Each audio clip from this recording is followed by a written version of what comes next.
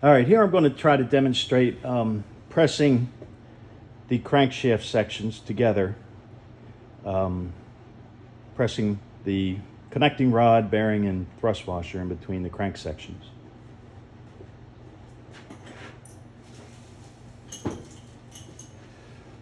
We're going to start off with a piece of the crankshaft and this separator plate here, support plate, press plate, whatever you want to call it. Okay, and you notice this oil hole has an offset of 15 degrees. Has to do with the oiling when the thing's spinning. I won't get into the theory behind that right now. I placed the thrust washers on. If I look at these thrust washers, you can see a top and a bottom, at least I do. And the more rounded edge, I always put that up, and it's easier for me with the feeler gauge to slip in there and make sure I'm getting an accurate reading. Then we slip on the bearing, and then finally the connecting rod.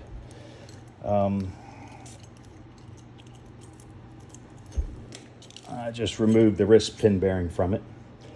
Okay, so these slip on, and these Mako rods, they are very nice. It's a really nice tight fit, borderline too tight.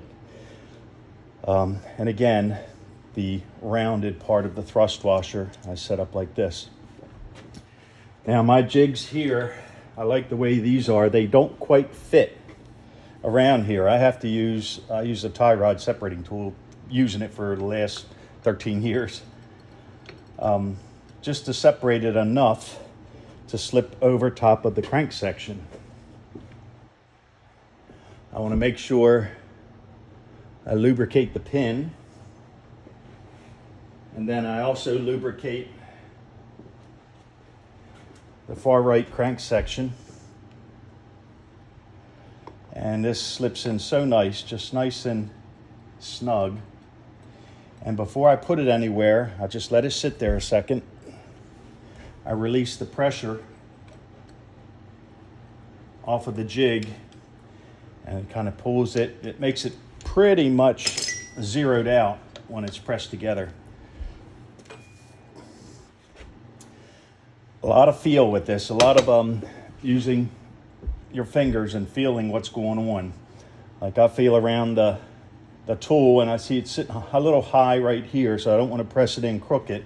And everything I do with light love taps with just a brass hammer. Oh, and I'd see that just straightened it right up. So that section's ready to go in. So now I assemble the jig. It's several pieces that go here. Plate here.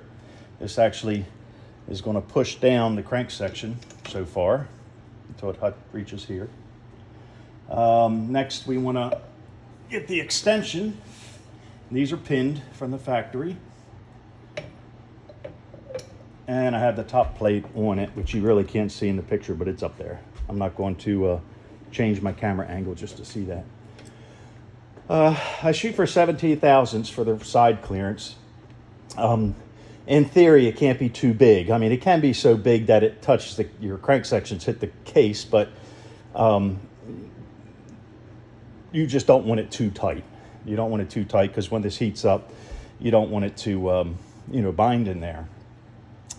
All right, I'm going to set up my the jigs with a tool to press this section down. So there'll be a little bit of noise as I run the press.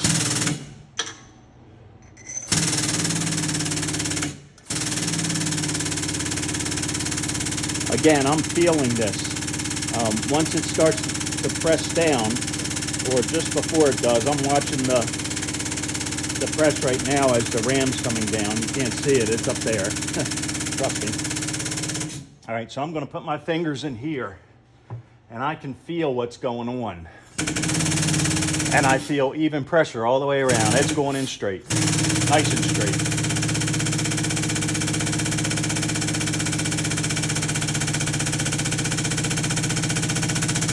Then I take my feeler gauge. I have this set up at 18 thousandths of an inch because I press it just till it touches.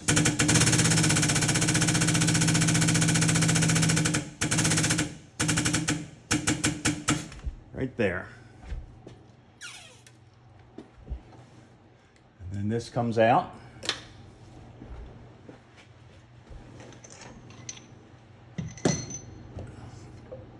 I pull the jig apart. Sorry about that. And now this plate comes off. And one thing I check for, and just pray you never see it, it's happened once or twice, and I've ruined a crankshaft in the past, is a metal filing right here, a shaving.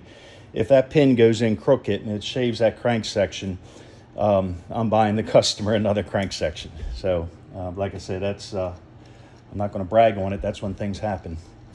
I can count on one hand. I think it happened to me twice. All right, we're going to open this up now because it won't just slide off. I do like that because it really holds the pieces together nicely.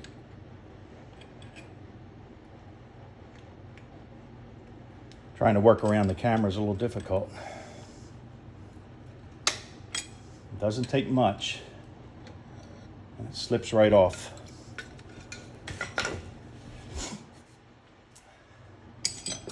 And here's what you're left with.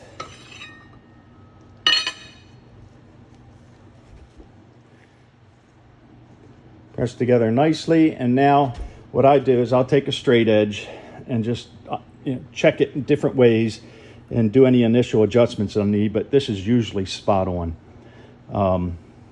Rarely does it need adjustment after I press it together the way I do.